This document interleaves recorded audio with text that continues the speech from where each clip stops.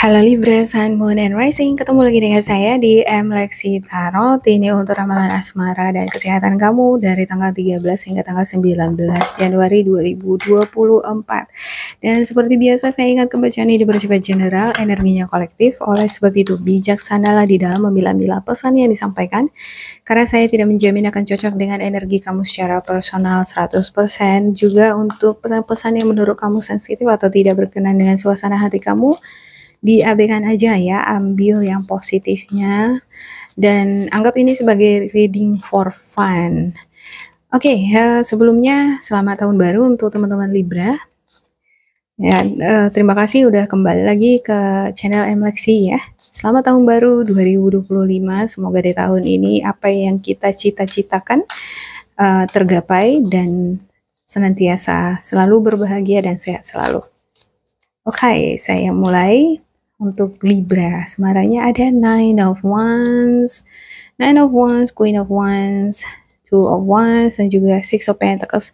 Untuk the bottom of the deck, kamu ada Ace of Swords dan juga Seven of Swords. Oh, Nine of Wands, ada kebimbangan, kebingungan, bingung terhadap sesuatu. Mungkin kamu di sini bingung terhadap hubungan kamu, kepastian hubungan kamu dengan seseorang ya. Saya ngerasa kamu udah memiliki satu pegangan di sini. Mungkin kamu udah punya pasangan gitu ya. Tapi masih berada di zona yang kamu rasa ini belum nyaman. Seperti ada zona yang belum nyaman buat kamu. Kalau aku udah melangkah keluar ini nih, aku udah merasa nyaman. Status nyaman, keuangan nyaman, kesehatan nyaman. Saya ngerasa ini adalah simbol di mana kamu berada pada zona yang belum ada kepastian, belum ada kejelasan, belum stabil, belum tenang. Ya, menjadi beban pikiran, masih ada beban pikiran di sini. Banyak hal-hal yang mempengaruhi kenapa kamu merasakan hal-hal semacam itu ya. Sebenarnya di satu sisi kamu udah memiliki satu tongkat yang kamu anggap ini jauh lebih baik dibandingkan yang lain. Ya, dibandingkan pilihan-pilihan yang lain. Di sini ada pilihan-pilihan lain, tapi yang terlihat yang jauh lebih baik itu adalah ini. Ya udah, ya aku pegang ini gitu. Cuman perasaan stabilitas itu ya, stabil itu masih kurang. Oke. Queen of Wands. Tapi ada rasa percaya diri nih di sini yang kamu miliki. Untuk ya di sini di traditional decknya juga ada kucing hitam ya. Ini juga ada kucing hitam nih di sini. Dia ini atraktif, menarik, gembira, selalu terlihat gembira. Dia ini memiliki rasa percaya diri, populer, independen, dan sangat kreatif. Dia memiliki ide-ide yang kreatif selalu mengenai segala hal. Bisa jadi di dalam hubungan, membangun hubungan, dia tuh selalu menciptakan hal-hal yang magnetik. Itu yang membuat dia tuh menarik di hadapan pasangannya. Ya, ada hal-hal yang mungkin menurut orang lain yang tidak baik yang dia miliki, tapi dia nggak peduli. Mungkin orang-orang di sekitar kamu ngerasa bahwa hubungan kamu dengan seseorang itu nggak baik. Atau penampilan kamu kurang baik. Dan pilihan kamu mengenai pasangan. Ya, mengenai pasangan, pilihan kamu itu kayaknya nggak tepat gitu, mungkin pikiran orang di sekitar kamu, tapi kamu nggak peduli sih dia ya. Ya aku menjadi diriku sendiri. Aku tahu apa yang aku miliki, aku tahu bagaimana pasanganku, ibarat seperti itu tuh di sini. Ada Two of Wands, tapi di satu sisi kamu juga bimbang di dalam. Apakah memang betul ya pilihanku ini yang tepat? Apakah ini yang bakalan jadi jodohku? Apakah memang begini jadi akhir hidupku? Sendiri terus. Jadi single parent. Ada beberapa di antara kamu juga yang single parent ya. Bahkan meragukan diri sendiri, apakah mungkin aku bakalan punya pasangan lagi? Atau mungkin jangan-jangan aku bakalan sendiri selamanya. Sebenarnya di sini kamu sudah punya satu nih ya. Kamu udah punya pilihan itu, tapi masih aja ada keraguan-keraguan itu. Untuk beberapa di antara kamu, mungkin karena ada muncul sosok yang lain. Jadi semacam ada perbandingan yang membuat perhatian kamu jadi terbagi-bagi. Ada sesuatu hal yang lain yang menarik perhatian kamu sehingga kamu meragukan apa yang ada di hadapan kamu. Nah ini dia udah memegang tongkat satu di depan ya kan. Ada globe, ada peta. Peta ini menunjukkan perjalanan. Dia apa yang mau dia tuju, kemana dia mau pergi. Dia udah punya itu gitu. Ada transportasi lagi ya kan. Dan di sini juga dia udah pegang satu tongkat. Satu tongkat yang dipilih ini bisa jadi pasangan ya. Udah ada pasangan. Tapi ada sosok lain yang muncul. Tongkat ini nih. Mungkin ini sempat meninggalkan kesan, pesan, memori, ingatan yang menarik perhatiannya si ini, figur ini, sehingga dia jadi meragukan apa yang dia miliki sekarang. Jadi tongkat ini ibarat adalah pasangan ya, pasangan kamu.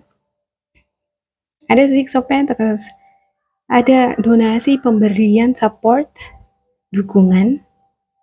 Mungkin ini adalah bentuk energi yang kamu butuhkan. Dan support, dukungan ini kan banyak ya, nggak cuman materi aja, tapi dari segi intelektual, emosi, mental, pemahaman waktu, bisa jadi beberapa di antara kamu mendapatkan support secara materi dari si dia, tapi perhatian kurang. Ya, support, dukungan secara mental kurang. Kamu mungkin dapatkan itu dari yang lain. Jadi itu membuat kamu bertanya pada diri kamu sendiri lagi, apakah benar-benar iya ya? Apakah udah yakin aku ini si dia ini bakalan jadi jodohku, atau apakah yakin aku udah dengan pilihanku ini? Semacam itu tuh di sini ya. Dan untuk Nine of Wands-nya untuk Libra, Nine of Wands Libra, ada the High Priestess, Knight of Wands, dan juga Eight of Wands, Judgment, dan juga Six of Cups. The High Priestess, kamu semakin peka secara psikis. Seperti ada banyak pengalaman-pengalaman mental yang mengkonfrontasi mental kamu ya. Dan ini yang menjadikan kamu menjadi sosok yang psychic. Psychic itu dia bisa ngerasakan energi yang mungkin orang lain nggak bisa rasakan itu. Ini kalau the High Priestess merupakan simbol dari koneksi to the cosmos gitu. Ada koneksi terhadap semesta. Kamu bisa mendapatkan pesan-pesan lewat mimpi ataupun pesan-pesan secara fisikis. Mungkin kamu harus lebih ke atas pesan-pesan itu ya, pertanda-pertanda. Kalau misalnya kamu nggak dihadapkan pada kebimbangan untuk memilih pasangan, bakalan terus jalan sama si A, memilih si A atau si B, mungkin kamu harus lebih peka lagi dengan pertanda-pertanda yang muncul. Ini akan ngebantu kamu menentukan keputusan yang tepat untuk masa depan kamu. Ya, memilih jodoh juga itu sama seperti memilih masa depan ya. Makanya kalau memilih jodoh harus hati-hati ya kan. Salah pilih jodoh udah menderita seumur hidup. Susah seumur hidup ya kan. Enggak cuman masalah perasaan aja terganggu, semua jadi berdampak. Ekonomi, karir juga berdampak. Untuk Knight of Wands-nya, Knight of Wands, ada energi atraktif di sini, passionate, semangat. Ada Eight of Wands, juga ada banyak kegiatan-kegiatan yang harus dituntaskan.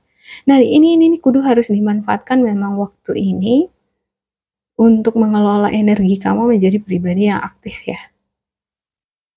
Tapi juga kamu harus mengaktifkan kembali kesadaran penuh mengenai pertanda-pertanda di depan. Mungkin banyak kegiatan-kegiatan di sini yang akan kamu lakukan bersama dengan pasangan kamu, tapi kamu juga kudu harus aktifkan kepekaan kamu terhadap pertanda-pertanda yang muncul. Saya pernah baca itu di artikel, kalau kita ingin mengenal pasangan kita lebih jauh, ajak dia jalan-jalan kan gitu ya. Atau terlibat melakukan aktivitas-aktivitas yang banyak, misalnya berbisnis bersama atau perjalanan bersama. Di sana nanti bakal muncul nih sifat aslinya. Kita akan melihat pertanda-pertanda itu. Dia itu kayak mana sih orangnya? Cocok apa enggak sama kita? Baik apa enggak gitu ya. Lewat itu tuh, lewat aktivitas-aktivitas bersama itu. Oke, untuk Queen of Wands. Queen of Wands.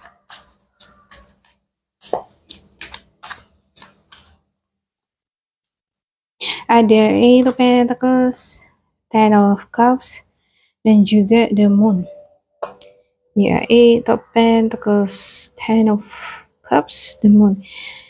Nah, tapi ada The Moon di sini ya. Mungkin The Moon ini bakalan ngeburin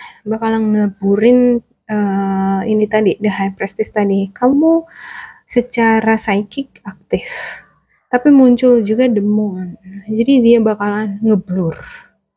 Mungkin kamu akan sulit menggapai pesan itu tadi. Ada bentuk emosi yang kurang stabil. Ya. Tapi di satu sisi saya lihat kamu adalah sosok yang passionate ya.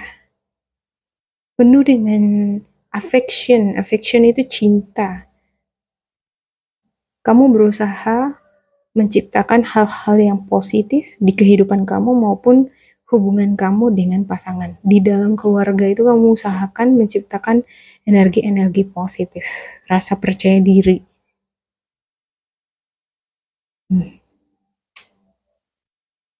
Oke, untuk Two of Wands.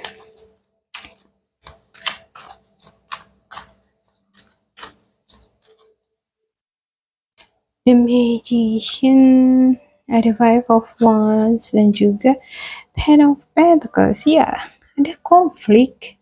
Saya nggak ngerti kenapa ini tiba-tiba muncul Five of Wands.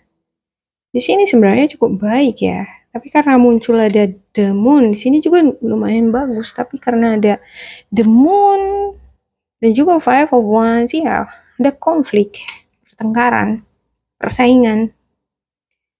Ini yang mempengaruhi emosi kamu, yang menimbulkan munculnya The Moon, dan ini menutupi intuisi kamu. Jadi kamu nggak bisa membedakan melihat gambaran asli seseorang, kabur ya. Ibarat tadinya kamu mungkin memiliki kemampuan untuk menjiwai seseorang, jadi berkurang dia di minggu ini. Kamu bisa mengenali karakter psikologi seseorang dari cara dia berbicara, melihat body language. Tadinya kamu bisa gitu. Nah, di minggu ini agak-agak kabur.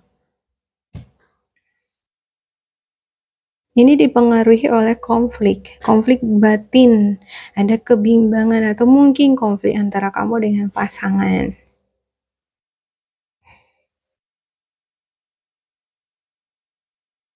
Semacam ada kompetisi juga, kamu mungkin membandingkan pasangan kamu dengan orang lain, pasangan orang lain.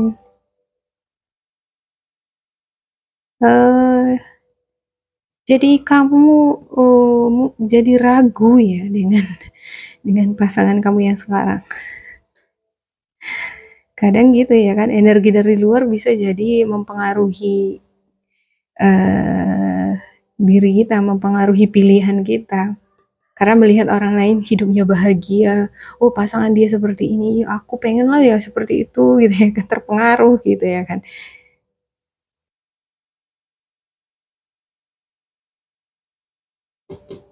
Ada The Magician di sini. Beberapa di antara kamu mungkin dealing juga dengan energi Gemini, Sagittarius, Aries, Leo ya. Capricorn, Virgo, Taurus. Oke. Untuk Six of Pentacles, ada Three of Swords, ada sesuatu hal yang menyakiti hati dia. Ini untuk energi si dia ya. Tapi tidak menutup kemungkinan bisa juga cocok sama kamu. Untuk Libra, ada Nine of Swords, dia itu stres, sedih. Dia nggak mau kehilangan kamu. Ada The World. Ada Ten of Swords, seperti ada yang udah berakhir hubungannya di sini nih. Ada yang pacaran jarak jauh, beda negara. Ini suku bangsa, ada kehilangan. Dan dia ini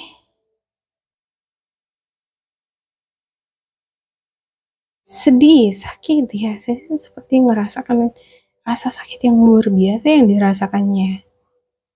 Ya, dia nggak pengen berpisah sama kamu. Dia pengen balikan lagi. Nih, dia pengen balikan sama kamu, Libra. Dia ngerasa bahwa kamulah yang selalu memberikan perhatian sama dia. Beberapa di antara kamu mungkin sering nggak support pasangannya, mungkin kamu meninggalkan jejak, meninggalkan memori yang baik bagi pasangan kamu, sehingga dia ngerasa kamulah orang yang ada di sana ketika dia susah, ketika dia menderita, kesulitan, kamu yang ada di sana. Jadi dia teringat kembali akan hal itu, dan dia menyadari bahwa aku nggak bisa kehilangan Libra, aku pengen bersama dengan dia. Ya.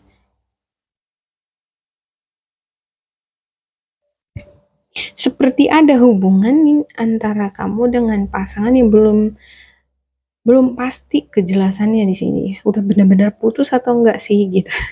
Udah benar-benar berakhir apa enggak sih gitu. Sebenarnya di sini saya ngelihat ya si dianya ini pengen balikan lagi sama kamu. Artinya ada perasaan yang dia punya juga sama kamu gitu ya.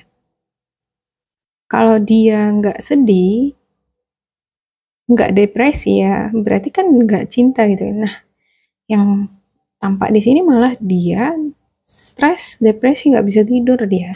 Artinya kamu itu penting bagi dia. Karena kamu penting bagi dia, dia ingin kembali sama kamu. Ya.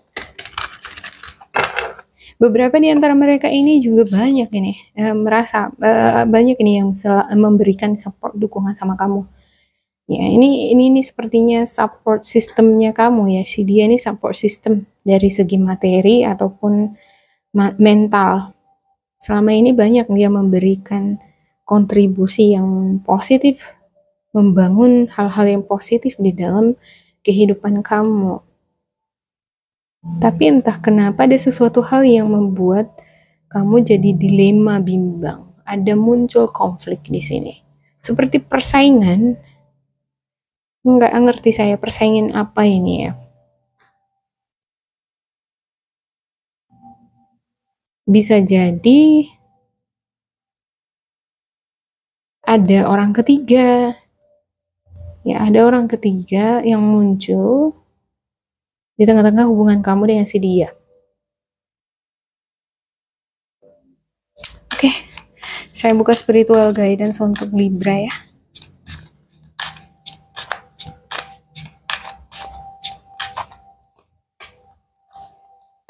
Okay. Often it is the most simple things that make us the happiest. Iya. Di dalam hubungan itu yang kalau hal-hal kecil semakin diperbesar maka bisa jadi masalah besar ya kan. Tapi kalau hal-hal besar tadi itu bisa dikecilkan, ya dia akan berusaha dia mengarah ke hal-hal positif. Ya kalau ada masalah gitu, kalau bisa dikecilkan. Jangan masalah kecil jadi dibesarkan gitu ya. Kalau bisa masalah kecil ditiadakan, masalah besar dikecilkan. Dan feeling gratitude mungkin penting di dalam suatu hubungan.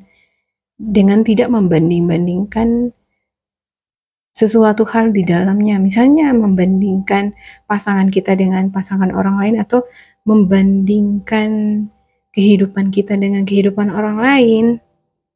Ini nggak akan mempengaruhi keharmonisan kita dengan pasangan. Ada banyak orang ya yang bahkan sendiri pun dia bisa tetap menikmati hidupnya. Dia bahagia karena dia feeling grateful, dia menikmati, dia menghargai apa yang ada di dalam hidupnya.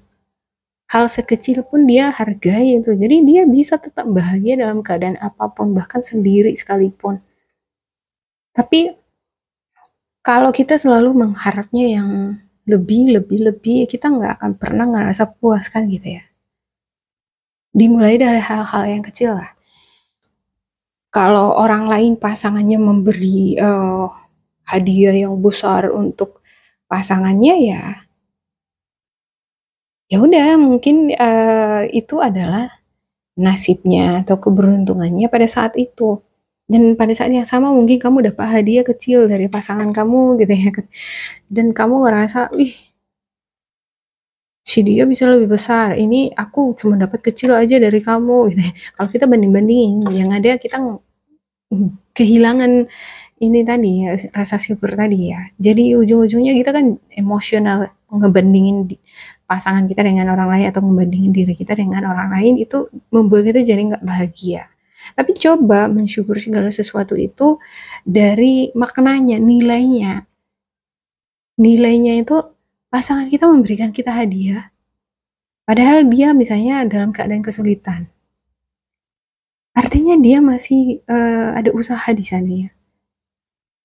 Ada usaha itu yang harusnya kita lihat sebagai suatu nilai.